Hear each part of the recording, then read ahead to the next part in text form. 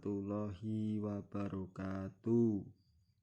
Perkenalkan, nama saya Abdul Rahman, NPM 32191100074, Prodi PVTMU Rek 2A. Saya akan menjelaskan materi tentang teori belajar dan pembelajaran. Yang pertama ada hakikat belajar dan pembelajaran. Yang kedua ada teori belajar behaviorisme. Yang ketiga ada teori belajar kognitivisme.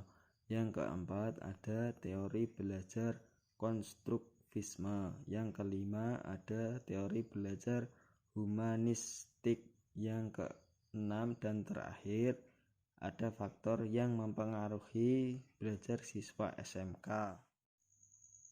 Oke, yang pertama saya akan menjelaskan tentang hakikat belajar dan pembelajaran. Belajar yaitu salah satu faktor yang mempengaruhi dan berperan penting dalam pembentukan pribadi dan perilaku individu. Yang kedua, saya akan menjelaskan tentang teori belajar behaviorisme. Teori belajar behaviorisme adalah teori perkembangan perilaku yang dapat diukur dan diamati dan dihasilkan oleh respon belajar terhadap rangsangan.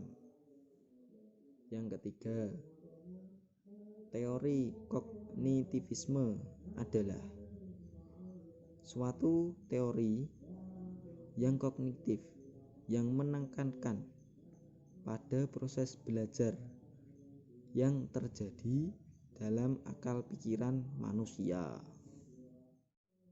Yang keempat, teori konstruktivisme adalah suatu teori yang mengedepankan peningkatan perkembangan logika dan konseptual belajar.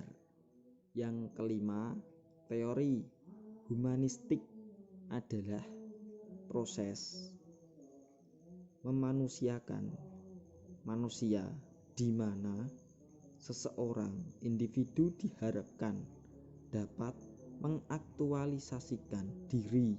Artinya, manusia dapat menggali kemampuan sendiri untuk diterapkan dalam lingkungan. Yang keenam, dan ini yang terakhir, faktor yang mempengaruhi belajar siswa SMK yaitu 1. Ada faktor internal. Faktor internal yaitu faktor yang bersumber pada diri siswa. Contoh, intelijensi, bakat, minat, dan motivasi. Yang kedua, ada faktor eksternal. Faktor eksternal yaitu faktor yang bersumber pada luar diri siswa. Contoh, lingkungan keluarga, kurikulum, dan proses belajar. Sekian dari saya. Wassalamualaikum warahmatullahi wabarakatuh.